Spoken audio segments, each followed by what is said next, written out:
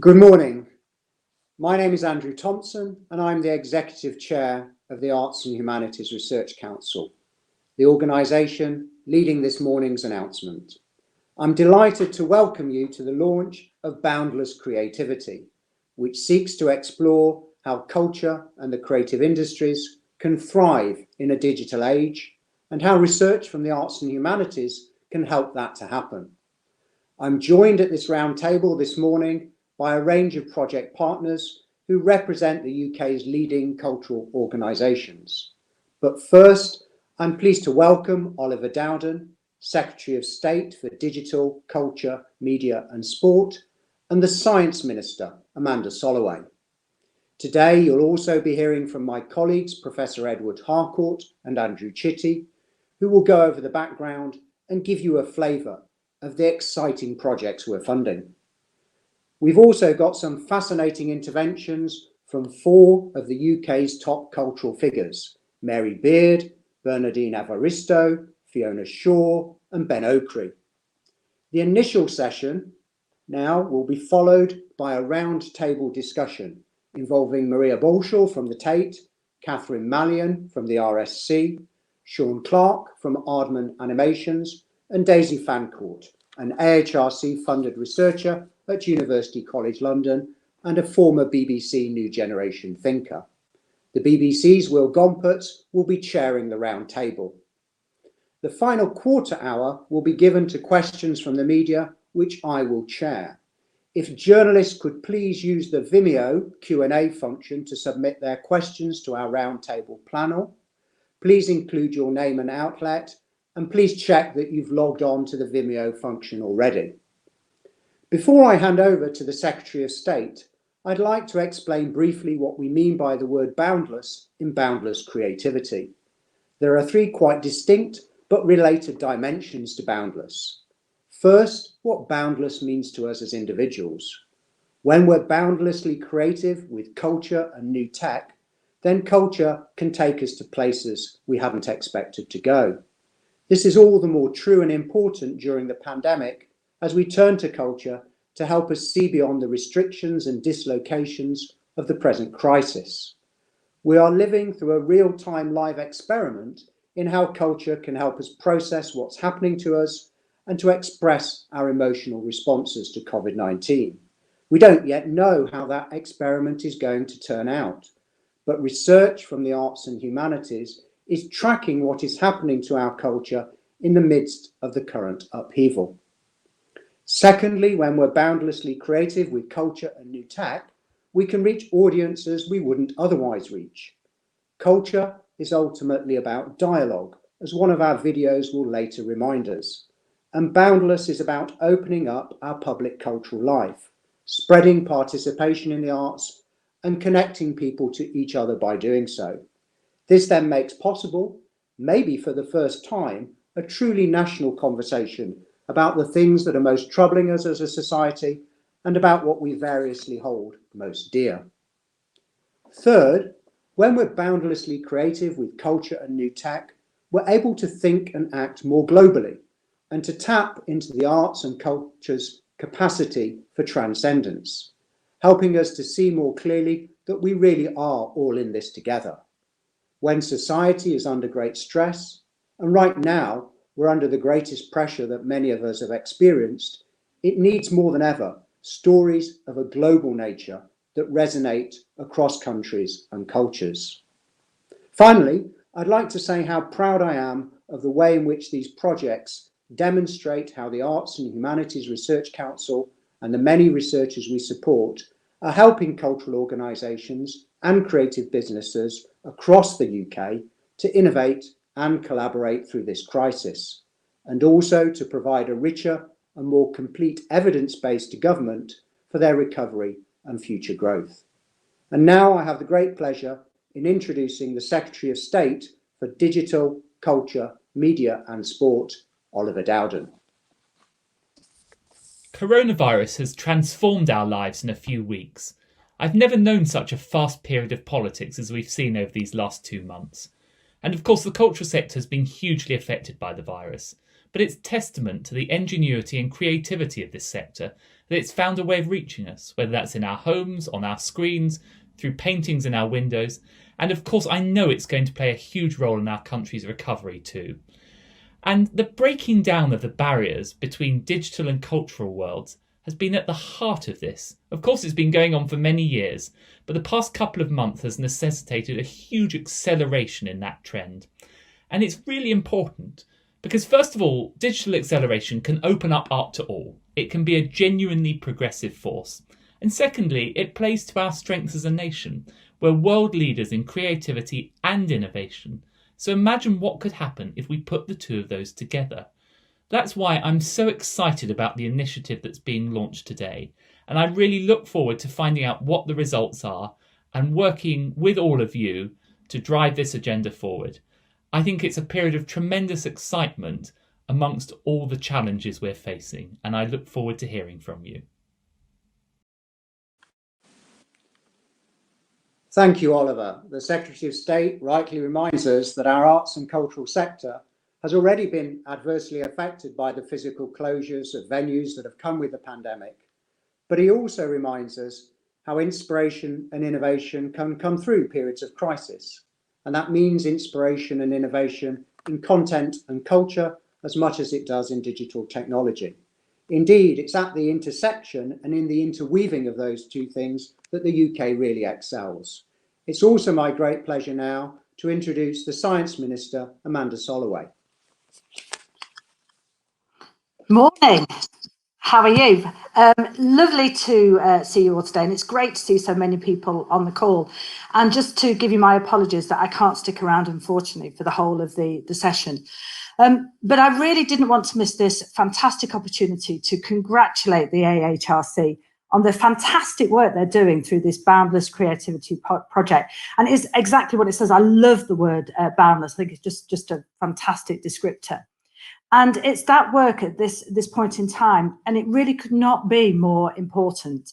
You know, we're spending so much time indoors these days. Access to culture has become a real focus. And I know when I'm having conversations with people and we're just doing simple things like, oh, I started reading a book, it's encouraging all those conversations to take place. And some things haven't changed. You know, this week I've been catching up on the final episode of Homeland, and I've had that streamed into my home, and I've watched it when I want to watch it, which is really fantastic when you think about it. But clearly there have been other things that have changed drastically, and I guess it's things like the ways that we think about how we look at the broader spectrum of culture. So things like gigs and theatres and festivals and exhibitions and all sorts of other things that have become really obvious that really we're having to change the way we're working, certainly at the moment. And I saw, I think it was at the end of last month, you know, the National Theatre put their 2 versions of Frankenstein on YouTube. And in just a few days, they've already had more than 2.5 million watchers, which is just amazing when you think about it. And people really want to experience all this kind of stuff. So I think that's just a fantastic opportunity. And I partly think it's because so many people wanted to watch the production anyway, but couldn't afford it, probably. It could have been the fact it was a limited run in this case. But it could have been the price of show tickets. And when you think about putting it online and the opportunity that it brings, requesting a donation from people, it literally opens up culture to everybody. And I think that's just such a fantastic thing. But I also know that in these difficult times we're living through now, it's culture and people that people turn to. And I don't know, probably most of us saw the Queen speech the other day, and using, you know, song lyrics as she addressed the nation. And people look to culture to pick them up, to inspire and distract them, to challenge and reassure them, and to connect with one another. And, you know, it's great when you have recommendations. I'm looking for another recommendation for Homelands if anybody's got a suggestion for me. But that's what we're doing. We're talking about all of this. So I think it's events that come out of the Boundless Creativity in months ahead are going to be really well received, and I hope to be invited. And will help a lot of people get through these tough times. When things get back to normal, I'm sure we would have learned a lot about how digital channels work, how they can open up the culture to a broader range of people, and about how important culture is in all of our lives. So I just want to thank you for all of your work. I wish you all the best in this project, and I really look forward to actually being with you very soon. Minister, I'm delighted to hear that we share an enthusiasm for Homeland. Yeah, oh really? I'm guessing I'm experiencing after last Sunday's final arresting episode, but I won't spoil that for you.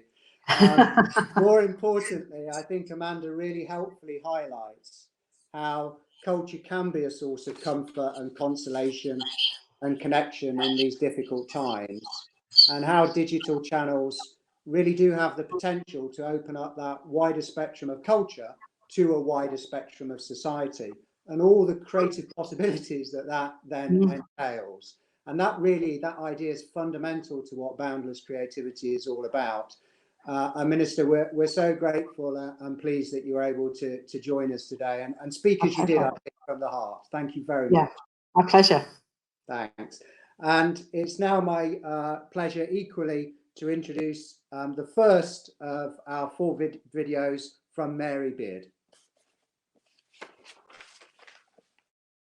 Culture is what makes us, us. And it's not housed in any one place or owned by any particular group of people. Bookshops, museums, theatres and galleries may be closed just now, but that doesn't mean culture's closed down.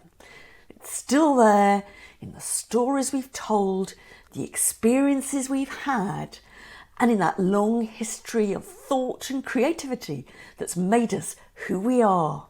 I predict that one day we'll look back to these dark, cloudy times as the moment when we really did harness technology to open up the best of what arts and culture have to offer on an even wider and grander scale. If so, that's a jolly big silver lining.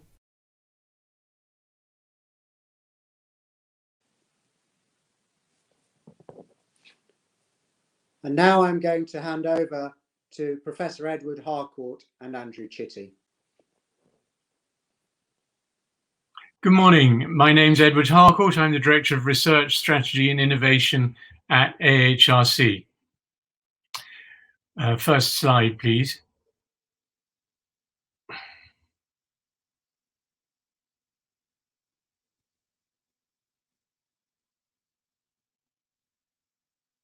It's a threat to life and livelihoods, but COVID-19 has also posed a threat to our national cultural life, as vividly represented by the closure of cultural venues and institutions. But as you've just heard Mary Beard say, institutions may close, but culture itself does not.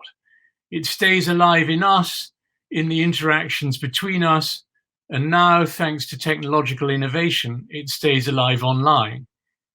The AHRC projects and collaborations brought together by Boundless Creativity take bold new steps to enable digital access to culture, to map changing patterns of cultural consumption during COVID-19, and to learn lessons from that for the future.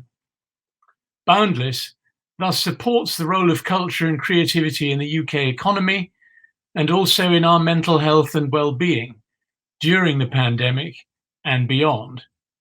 Today, AHRC urges everyone in the UK's galleries, libraries, archives and museums, everyone involved in arts and humanities research, in the creative industries and the general public to join with us in this campaign. Next slide, please. So to introduce you to the first of the collaborations we're launching this morning, Towards a National Collection is already up and running. It's a major AHRC research investment connecting UK collections with universities to explore the links between collections, digital technology, research, and public access. And today, AHRC is announcing 2 new Towards a National Collection initiatives for COVID-19. A rapid response research project aiming to understand accelerating trends in digital access to culture, and hashtag Collections United. Kicked off by expert curators, this new online campaign invites the public to make unexpected links between different digital collections, national, regional, or local, and to share their discoveries online. Next slide, thank you. Next collaboration, reimagining Wordsworth for the digital age. In partnership with AHRC and the Wordsworth Trust, Hay Festival Digital will feature 2 online events to celebrate Wordsworth's 250th. On Friday, the 22nd of May, a gala reading of William Wordsworth's poetry and Dorothy Wordsworth's diary, featuring a superstar cast that includes Simon Armitage, Margaret Atwood, Benedict Cumberbatch, and many others. And on Saturday, the 23rd of May, Jonathan Bate will be in conversation about his new biography, Radical Wordsworth, the poet who changed the world. Next, Arts and Humanities in Quarantine. AHRC has a long-standing record of collaboration with the BBC through, for example, the New Generation Thinkers scheme, and a long-standing commitment to film through its research in film awards. Arts and Humanities in Quarantine is a new season of short animated films. They'll create and present for online non-specialist audiences some of the wealth of groundbreaking arts and humanities research currently funded by AHRC. Made in collaboration with early career creatives, animators, and filmmakers, the films will be presented on the BBC Arts Culture in Quarantine site. And now I'm going to hand over to my colleague, Andrew Chitty, to present the last of the series of collaborations we're announcing this morning. Hi there, thank you, Edward.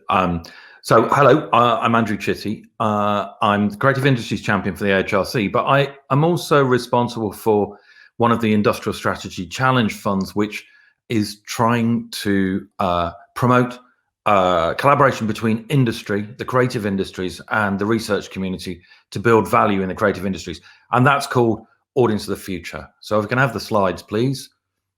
So Audience of the Future is a big investment which is about helping our world-leading creative industries to become also the best of the world in using the next generation of technology, immersive technology. So that's virtual reality or augmented reality, spatial computing. And what we're trying to do is right across the gamut of the creative industries, help those UK creative companies use these technologies and develop the new experiences that will generate new audiences in the future.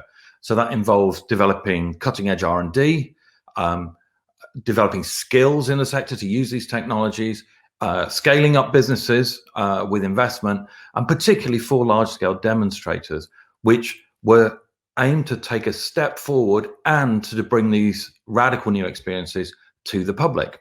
Now, in the world of COVID-19, we can't do that in the way that we had intended to in some of these cases. But what we're trying to do now, and our 4 big demonstrator projects have responded fantastically to this, is take into account the new circumstances and bring these experiences to audiences where they are now. No longer able to go to theatres and galleries at the moment, but at home. And that's what we're doing as part of Boundless Creativity. So if we can have the next slide, I'll just give you a taster of what those 4 projects are about. So one is Weaver. So Weaver is a new platform to increase the audience for esports. Now, esports to some of us of a particular age may seem an esoteric thing, but this is one of the fastest growing entertainment markets in the world. So what Weaver is doing is using advanced technology to take these experiences, which people normally go to stadia to experience, to watch teams playing computer games against each other, and bring that to the home. Now, during COVID-19, the events themselves can no longer take place in stadia. So Weaver will be able to bring that immersive tournament experience, bring you inside the game with augmented reality technology into homes, and use also the channel Twitch, which some of you may be familiar with, and if not, talk to younger people about it. So that will be starting now, and this is brought to this project is brought by a combination of esports companies and very very innovative UK SMEs and also York University, who are developing some of the AI. So that's Weaver, and this is a taste of what they were doing immediately prior to lockdown, and some taste of what they'll bring to people in the home.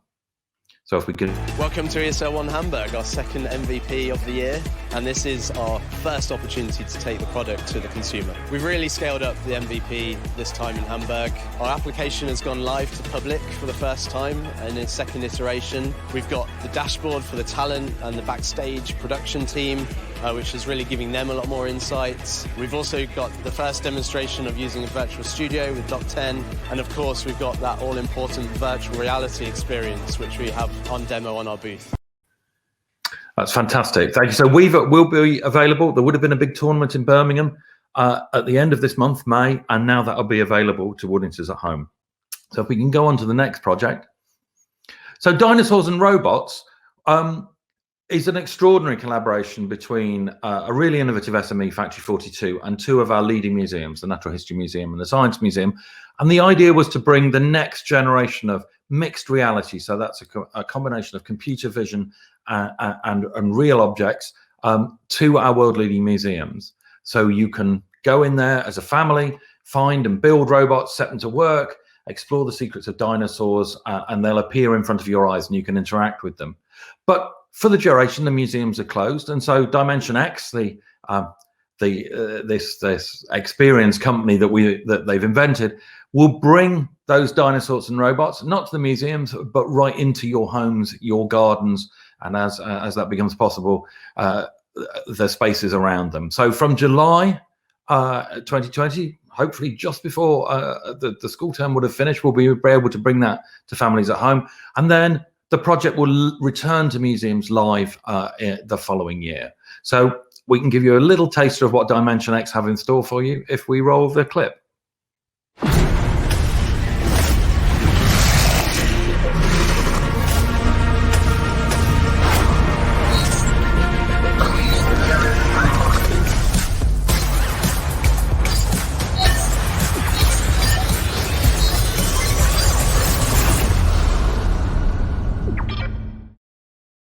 So that gives you a little sense of what you would have experienced in the museums. At home, you'll be able to do this without headsets, using mobile phones and tablets. And the third project, please. So the big fix-up is built around those national treasures, Wallace and Gromit, created by Aardman Animation. Now, Wallace and Gromit have got a new job and they need your help. But of course, in the world of Wallace and Gromit, nothing is quite as it seems. So essentially, this is a completely new Wallace and Gromit adventure, but you're going to experience it in a completely new way. So you'll be invited to join their new company, Spick and Spanners, through your mobile phone, and you'll drive the story yourself. And Wallace and Gromit will be giving you jobs that you can use augmented reality to perform around your house. So you might be sharing robot pigeons with your family and your friends. You might be driving the wrong trousers or fixing space rockets around the house. And then a rather surprising story will unfold. This will be available from September 2020 at home. And then when people have played it across home, as it becomes possible, we'll hope that the partnership, Tiny Rebel Games and Aardman and their partners, will be able to bring you together and visit locations where you can save Gromit from the mess that inevitably Wallace has got him into. And a little taste of what that might mean is coming up. Step on it, Gromit. There's not a moment to lose.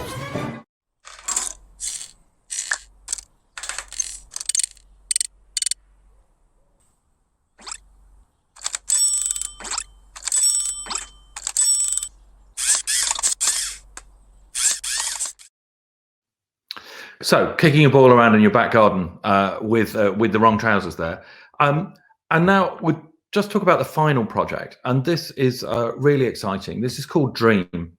And as Minister Soloway mentioned, obviously one of the things that we've all experienced is theatres are closed, and theatres and performers across music and the stage have been trying to reach out with filmed performances to attract new audiences. What this project is going to look at is something more radical than that. What if there was another way of making theatres? Rather than just filming performances that we can't currently attend in theatres, what if the performances happened in the digital world and we could use the digital world to reach global audiences? So what this project is going to do, and as you can see from the companies involved, these are some of the UK's premier performance companies, so the Royal Shakespeare Company, Punch Drunk, Marshmallow Laser Feast, and the Philharmonia. But they're working with some of the world's leading technology companies as well, Epic Games, who famously run Fortnite, Intel, and so on. What will happen is, as soon as it becomes possible, using motion capture, so actors using motion capture rigs and using computer games technologies, this project will invent a completely new way of exploring Shakespeare, and specifically Midsummer Night's Dream, and it will deliver that new interpretation using computer games technology online. So this is a huge shift for this partnership, and they've responded amazingly to the potential and the challenges ahead. But we're hoping that they will be able to bring Dream to audiences at home, anywhere in the UK and the world in midwinter, so Midwinter's Festival, and then they'll use that experience to create a new production and a new experience of Dream for live performance in Midsummer 2021.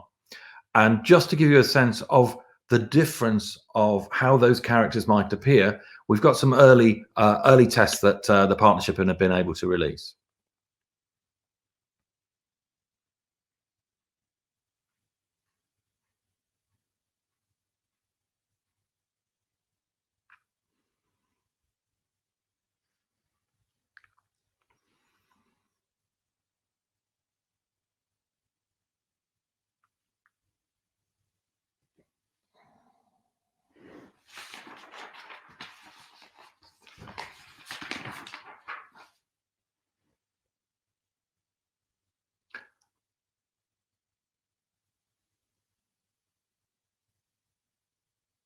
So that's just a flavour there of how characters driven by actors in motion capture rigs might appear within a computer game version of the Dream. So hopefully that's given you a taste of these four. They're incredible projects. These were going to be the biggest immersive creative projects in the world in their original form. And now for the next 6 months, we're going to focus on bringing those to audiences at home as we all remain unable to experience creativity and culture in the normal way. So thanks very much, and I'm going to hand back to Andrew Thompson.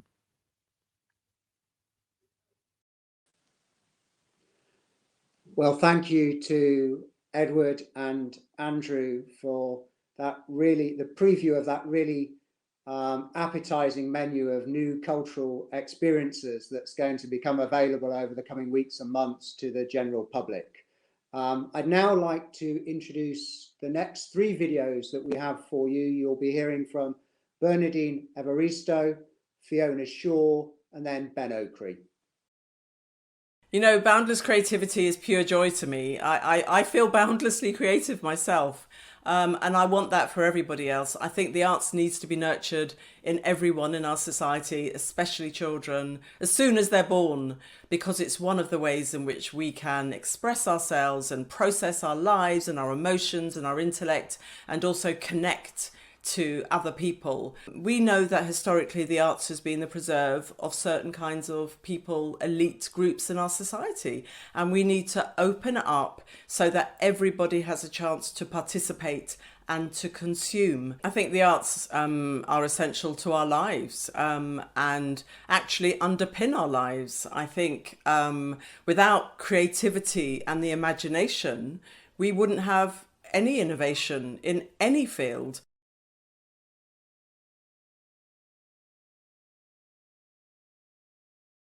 Culture is everything. Culture is conversation. Culture is language. Culture is playfulness with language. The arts, you know, are a way of travelling even at home. That's what they are. That's why people read books. They can live many lives by staying still. You know, I've always thought that at the moments of great tragedy or heightened fury, poetry emerges. Whether there will be, you know, novels written, of course, about this time, whether anything written before this time will have any relevance. I mean, this happened a lot of art, didn't it, after the First World War, is that things pre-First World War seemed immaterial. And I think, you know, in that way, things that seemed very important 3 months ago are going to seem incredibly unimportant at the end of this.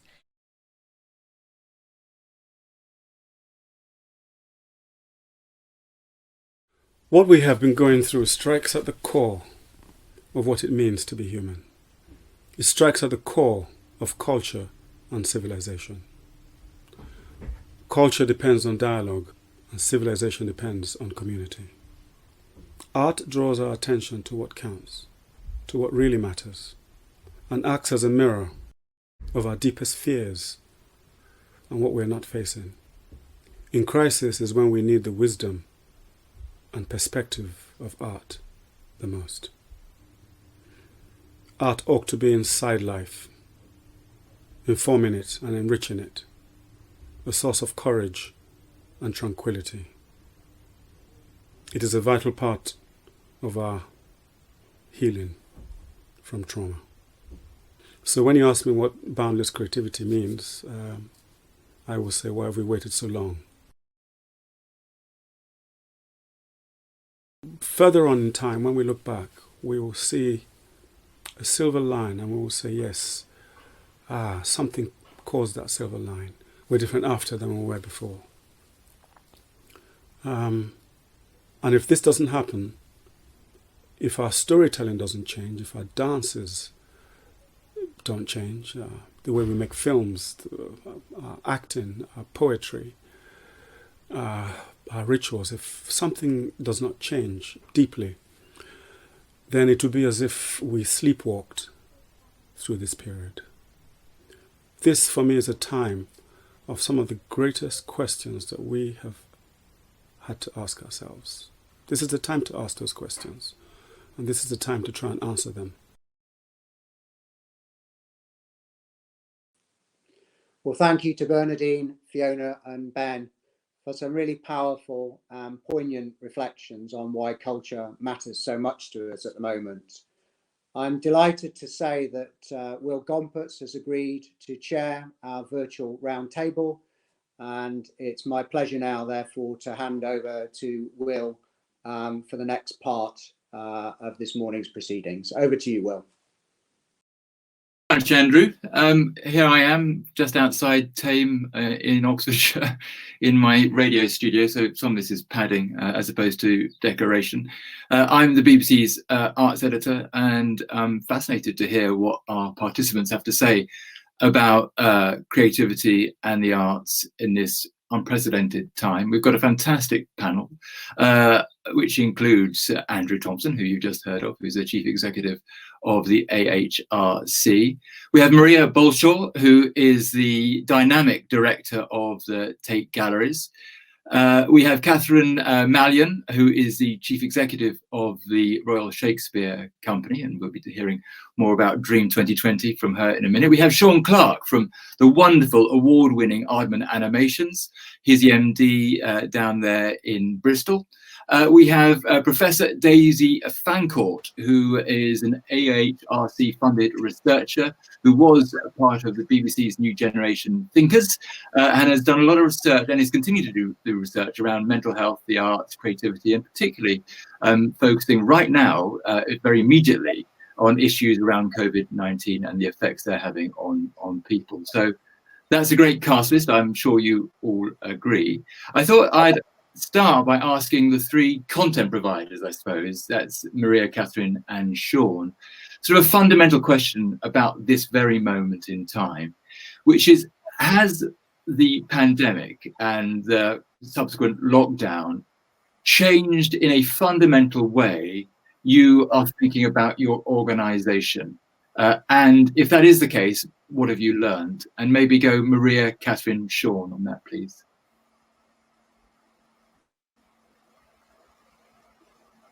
You, Maria. Hello, Will, and everyone. I think we've had the most rapid transformation, a week to close, and then move the organisation into the digital realm, which of course we already occupy hugely, but we had to take the whole organisation into that realm.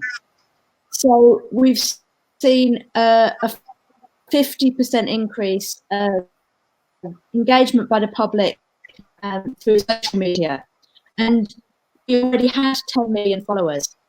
We have started to make the collection part of people's everyday lives, and I think that chimes with lots we've heard already through our discussions this morning. So we did 4 Instagram posts that looked at the collection and its representations of daily life and the domestic. 5.8 million people saw that. And so those are engagement numbers that are almost the same as the number of visitors we might see in a whole year. So we've seen this exponential increase in our ability to connect to people's inner fears, their wishes to express themselves. And so I think we have to build on that conversation and dialogue about unlocking people's own creativity. Okay, Catherine. Yes, I think that's exactly right. That the sort of pivot from the world we were in, which of course had a very strong digital element, into a world that feels almost exclusively that now, which isn't all positive, of course. I mean, losing that real connection is very, very difficult. And of course, the ability for people to there are very large numbers who can, but of course, a lot of people who we know, say through our education work, the things we're offering online. Creativity, in terms of creative activity for us, we've had to stop projects we were developing, which is really sad. Things won't see the stage we'd hoped would. But at the same time, and the Dream project is an example of that, here's a new opportunity to create in a new and different way and use different platforms, different collaborators, different audiences, different makers and storytellers to create new sorts of work. And Sean, down at Aardman, has the lockdown fundamentally changed your way of thinking, the way you perceive and consider you should tell stories, maybe? Not a great deal. I mean, what we've done is like the other panelists, we've moved incredibly quickly to move people remotely. We've obviously had to shut the studios where we make stop motion animation because of the physicality of people working together. Yeah. We're still very much open for business with regard to the commercials that we make. We've had to reprioritize maybe bringing forward some more development. And we are now looking at a phase of how we try in a safe and practical way of looking to try and start the productions again. But we've always had a thriving digital business. You know, last year I think we had about 1.2 billion views on YouTube across 17 channels. We've moved a lot of our creative workshops online. We used to last year we did about 150 workshops in schools and at festivals around model making. So we've moved a lot of that online. But the great thing, as I'm sure with the other panelists, is when you're in a creative business, you're used to coming up against challenges, whether it's a storyline or trying to back into a budget or a deadline. So it's just another challenge that we're adapting to. You know, we've got that real can-do attitude. And Daisy, Fancourt, what research have you done so far into the psychology of creativity and COVID and lockdown, and what have you learned? Well, over the last few years, I've been leading research programs, many funded by AHRC, which have been looking at how the arts affect our health. And we've seen improvements in well-being, we've seen lower risk of developing mental illness, and also better management of symptoms. But of course, a big question in relation to COVID was this actually going to have any effect when we're facing a crisis as large as this one? So I'm now leading a study which has got over 90,000 participants in the UK who are contributing data each week, and we're tracking how people are being affected psychologically and socially by the pandemic. And we're also looking specifically at what activities they can be doing that can help to buffer against these effects. And in fact, it's relevant that we've seen quite high numbers of people reporting engagement in digital and online arts activities, much higher than we normally see from national surveys. So it suggests that people are changing their arts habits, and the analyses we're now running are looking at whether these are helping to buffer against the adverse levels of anxiety and depression that we're finding at the moment in the population. Daisy, do you think we're going to see a significant cultural shift? I mean, we heard Ben Ockery talking to us about how can the world be the same? It can't be the same, surely, if we've listened and heard anything. Do you think we will see a different behaviour around the arts and culture, and will more of it be taking place online? Will the RSC and the Tate see fewer visitors and people wanting to engage digitally instead? I think we've got short and long-term prospects here. I think in the short term, given we're facing a transition period essentially that's going to involve a not quite normal version of life for quite a long time, I think it's likely that we will see these higher levels digitally. What will be particularly interesting after that is whether people change their behaviours for good, or whether the patterns of, for some people, decades of socially engaging in the arts, physically engaging in place, are actually going to be a very big draw for people returning to some of those previous behaviours. The only thing I would note, though, is that the technology opportunities that have been developed for the arts because of this virus mean that there'll be many more people who are isolated or living in remote areas who don't simply have the same access levels, who will now have a specific catering that will continue to speak to them. Daisy, thank you. And Andrew Thompson, with the research you've funded, and millions of pounds of money has gone into this, what specifically are you trying to identify? And then how specifically do you want the research to really be implemented? Yeah, I think we're trying to better understand the extraordinary innovation and creativity and dynamism that's occurring at that intersection between the cultural and sort of technological worlds. And I think it's fair to say that, before we went into this crisis, we were living in a digital revolution that was already changing the way in which culture is made and the way it's distributed and the way it's consumed. But what we seem to be seeing is those sort of forces really massively accelerated by what we're experiencing at the moment. And I think there is a lot for us to understand here. If you think about some of the projects that have just been showcased in immersive technologies, there are questions of presence. I mean, how would you provide a user audience with a sufficient sense of presence at a remote event to make it continue to feel compelling? Or if you think about the whole narrative in the immersive sort of genre, you're telling stories in space as well as time, and what does that mean? Or the data revolution, when there might be opportunities in real time to feed back our experiences to us, to make those experiences more engaging and personalized. So there's an awful lot for us to understand as arts and humanities researchers about the way in which culture and technology are coming together through this digital revolution. Well, culture and technology coming together, Maria, is the only way I suppose one can ever imagine creating a national collection where all the different holdings by all different museums, great and small, are interconnected. But then what we don't have within that, of course, is staff going across the piece. You have curators who attach specific collections. So how do we, if we can ever get to this position where we have this sense that there is this one public collection which is owned by the nation, which can be sliced and diced in myriad different ways and presented through stories and curatorship, which isn't necessarily institution-based, but is collection-based?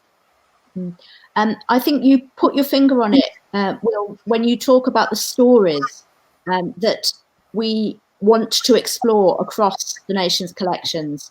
And some of the most exciting research that the AHRC are helping to support is actually around some quite technical issues about how might you get the right kind of search terms. What are the themes that the public are interested in? Particularly if, as I think we're seeing at the moment, we are thinking about a public that perhaps haven't always come to museums or to theatres or to other cultural activities.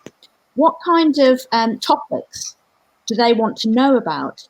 So then the individual collections can remain within institutions, they remain individual, but if all of us collectively are making the same kind of themes available and allowing the public to explore those stories, then you could be hopping across from the National Gallery of Scotland to Tate, down to the Cornish collections, thinking about Tyne and Wear's Museum.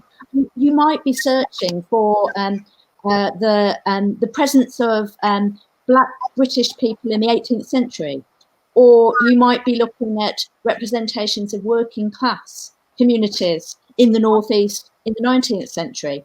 Or you might be, as our Instagram post was, just looking at life at home. And you could move your way across and around collections, and it doesn't matter where they sit. But the public, a much, much wider sense of the public, will be able to pursue their own adventures through our national collections. And that, to me, is the opportunity we've got. Do you think one of the upshots, Maria, will be a less London-centric art scene in Britain?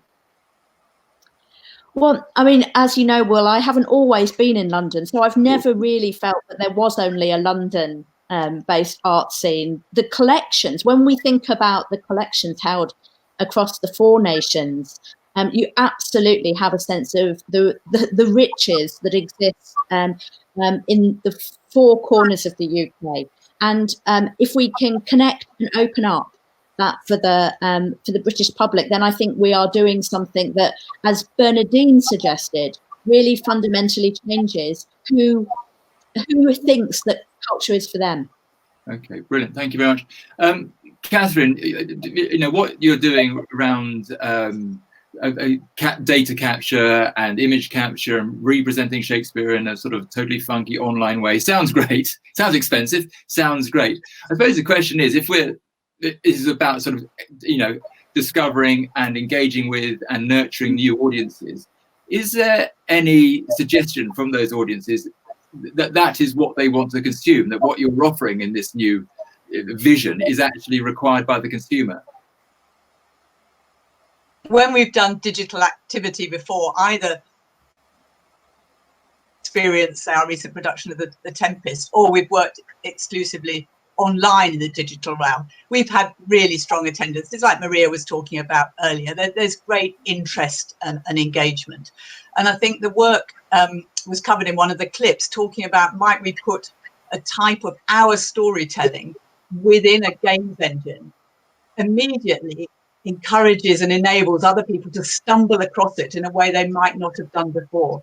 And I think when you were talking about, you know, the nationwide collection and the way people can look, what this whole period I think is doing at the moment is widening and broadening everyone's horizons. So people who might not have thought digital was for them are suddenly discovering it is and wanting to do more with it. And I think the reverse will happen as well, that people who are consuming either, you know, born digital content or streamed digital content will think, goodness, you know, there's something I want to experience in person, in the space, in a very visceral way as well, that I think will help increase diversity, increase range, increase breadth, and hopefully increase, you know, participation across the piece. And will it change, Catherine, in any way how you sort of divvy up your own funds within the RSC? Will you in future spend more money online and less money in the theatres? I think it's too early to say in a way. I think Daisy talked about it earlier. There's going to be quite a long transition period, I think, and we will be allocating our budgets to ensure the most diverse and the greatest reach we can of the most content we can. And that will depend, I think, on which platforms people are able to access at that time. I mean, we'll certainly never stop producing, you know, great theatre. That's what we do, and that's what people want from us. But equally, we want as many people to learn about that, to participate in and enjoy in it, and that means opening up the other channels as well. Sean, with all of you, slightly less so with you, but nevertheless still with you, each and every one of these art forms has been built on the shared experience of people going along en masse to enjoy them, whether it's going to a cinema or an art gallery or a theatre or a music venue. It is all about sort of the community experience. Is this going to fundamentally change that? Or is it going to be fundamentally change how people want to engage with art? And I was thinking specifically what you're doing with the next Wallace and Gromit, and the idea of augmented reality, and people can create their own narratives in their own homes. Are we looking perhaps at the end of cinema? No, I don't think so. I think cinema has its place. I mean, I think that COVID has accelerated some of those decisions that some of the Hollywood studios have made about releasing films directly on a pay-per-view basis digitally. But I think cinema will always have its place. I mean, over the years, the types of films you watch at cinema have changed. They've been more films of spectacle and size and culture themselves, like Black Panther, they become an experience in themselves. So I think the types of film you watch at the cinema may continue to change. I mean, as far as Wallace and Gromit goes, I always think they've been culturally relevant anyway. You know, that they have always brought the family together in a special moment. And I think that all we're looking to do with the Fictioneers on this new project is just embrace technology to do that in a different way. So it will still be a family experience. And in light of COVID, it will hopefully provide a different family experience at home. We're all looking to do different things and allow you, for the first time, to be part of the story. You know, allow you to walk around Wallace's office, to be part of his business, to be employed by Wallace, whether that's the thing that you want to happen, to take a call from Wallace. So it's just a different set of tools for us to tell a very different story. And I think, you know, the audience of the future is something that we always have to have an eye on, especially as at Aardman and as an industry, because you look at the radical changes that have happened in the last 10 years, and I've no doubt that's going to continue in the next 10 years. So Daisy, let's finish with you offering some wise counsel to our creative leaders who are among the panel. We're talking about audiences of the future. This is an area you've researched a great deal, and we are in this very strange time, which is going to affect that audience of the future because there might not be so much money about, for example. So what advice would you give these three cultural leaders about how they need to think about their organizations in the coming years, having sort of taken in the research you've seen? That's a very big thing to be asked to do. I think something that's been really great to see over the last few years is that the increasing focus on diversifying audiences, reaching those people who are less likely to engage, whether that's because of geographical locations, socioeconomic circumstances, etc. I think what I'm hoping that this strange occasion is going to present as an opportunity is even more focus on that diversification, because something that we do know is the same social gradient, as we call it, that operates across arts and cultural participation is the same social gradient that operates across health.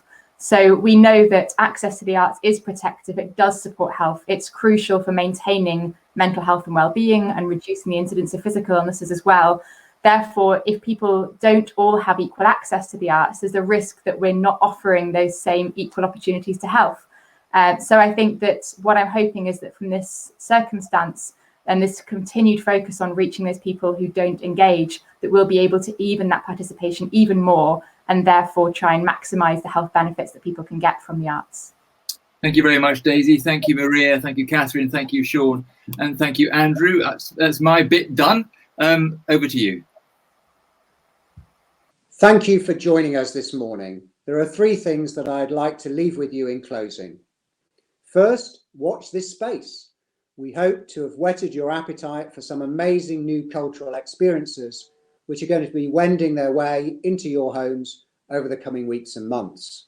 Wallace and Gromit's The Big Fix-Up, Dream 2020 by the RSC, Dinosaurs and Robots from the Natural History and Science Museums, animated films on the BBC's Culture in Quarantine website, #Collections United, which is a new online campaign drawing together objects from across the UK's cultural collections, and a new online-only esports tournaments by Weaver, as well as a gala reading of William and Dorothy Wordsworth's poetry by some of our leading actors and authors to mark the 250th anniversary. Each and every one of these productions emerges from path-breaking partnerships and collaborations between arts and humanities researchers, cultural organisations and creative businesses, and the public as participants and online contributors. Often, these are the first partnerships and collaborations of their kind. Second, through Boundless Creativity, we hope not only to excite and entertain, but to educate and inform. We have an unprecedented opportunity through this unprecedented expansion of digital offerings and online content to understand audience experiences and user behaviours and consumer preferences. The AHRC is committed to working with the UK's arts and cultural sector and with the Department of Culture, Media and Sport to draw the learning from these projects, which we featured this morning, and to help inform the way we recover and re-emerge from this period of social distancing and isolation. Finally, for many of us, lockdown is tough. However necessary, its restrictions pose challenges to our well-being and mental health, to our jobs and the economy, while others have suffered bereavements as a result of COVID-19. Culture cannot in and of itself solve these challenges. But as we've heard, the crisis is not only changing how artists work, but how through their eyes we can see the world. Culture is something that we can all fall back on, even, or perhaps especially, under a period of great stress. Our cultural and creative industries and the arts and humanities research that underpin them are a source of comfort and consolation, and they are helping to keep alive the very values that make us human. Thank you very much.